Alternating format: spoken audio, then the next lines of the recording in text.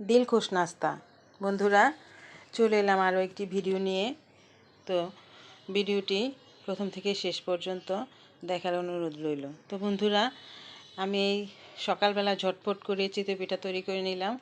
আর মাংস আমার রান্না করা ছিল।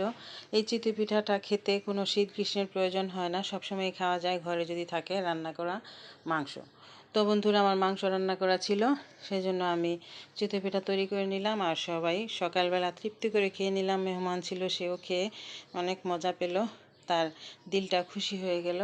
আর বন্ধুরা, যদি কারো দোয়ার প্রয়োজন হয় তাহলে এইভাবে চিতই পিঠা তৈরি করে কোনো মানুষকে খাইয়ে নিয়ে তার কাছ থেকে দোয়া চেয়ে নেবে।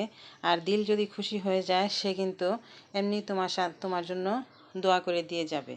তো বন্ধুরা, দোয়া কিন্তু সবারই প্রয়োজন হয়, সেটা বড় ছোট সবারই দোয়ার প্রয়োজন হয়। আর মুরব্বীরা আমাদের সবসময় ভালোবাসে, আমাদের জন্য ভালো দোয়া করে থাকে। তো বন্ধুরা, দেখতেই পাচ্ছ কিভাবে খুব সহজেই আমি এই চিতই পিঠাগুলো তৈরি করে নিচ্ছি।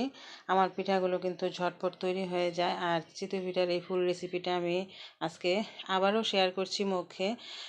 এর আগে আমি বহুবার এই পুরো ভিডিও শেয়ার করেছি, পুরো রেসিপি শেয়ার করেছি।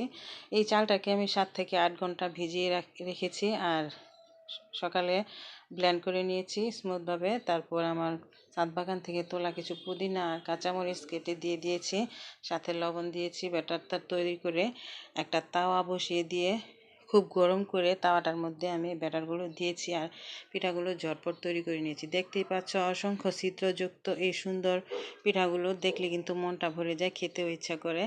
আর যে কাউকে খাওয়ালে কিন্তু তার দিল খুশি হয়ে যাবে, গ্যারান্টি। তো বন্ধুরা, এতে কোনো লুকোনোর কিছু নেই। তো হয়ে গেল আজকে এ পর্যন্ত। সবাই ভালো থেকো, সুস্থ থেকো, টাটা।